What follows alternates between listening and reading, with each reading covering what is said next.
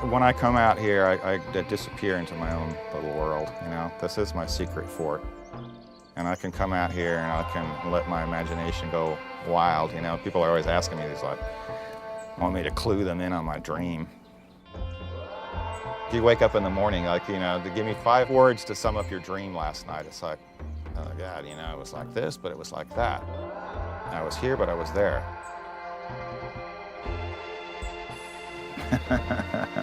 I'm the junk king.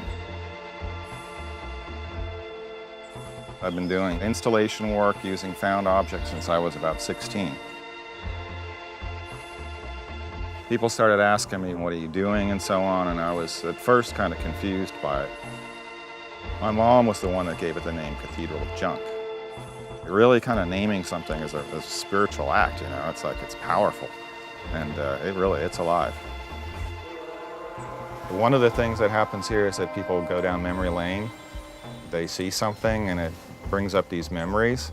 And usually they're pretty good memories. These are memories that have stuck in there, you know, like I used to have a horse like that, or Grandma had an iron like that, and then you're thinking about Grandma or your childhood with the horse or whatever it is, you know.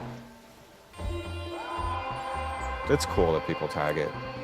They're immortalizing themselves, you know, like I was here. They're making it their own too. The kids that come here and they run around like crazy and they're playing.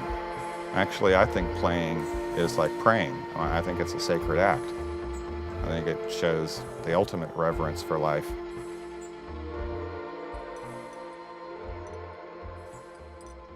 In March of 2010, I was complained on, and the code enforcement came and they told me that I was in violation, that I needed a building permit for my auxiliary structure.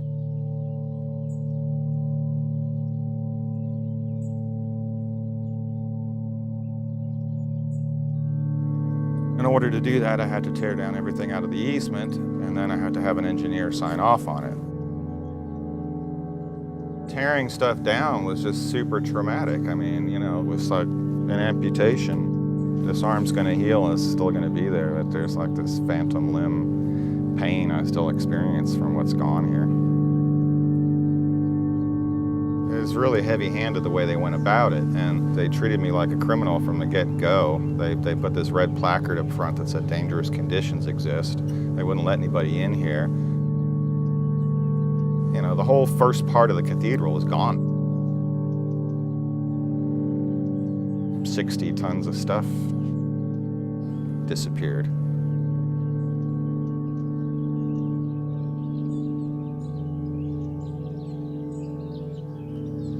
At the end of that process, I finally did get an engineer to sign off on it. That allowed the city to issue me the building permit.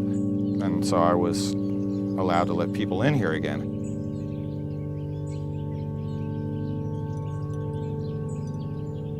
I had like a couple hundred volunteers over the 7 months come through here and help me out. And that was a really, really interesting experience. Even though I was discouraged and I had to quit a couple of times, it was very motivating to have the public support. People come out and help me out.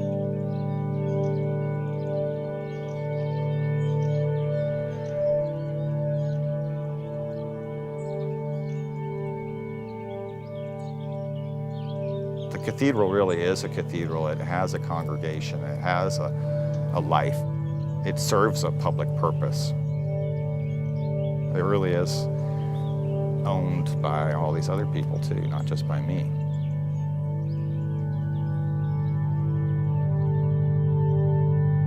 It'll go on without me, I'm sure.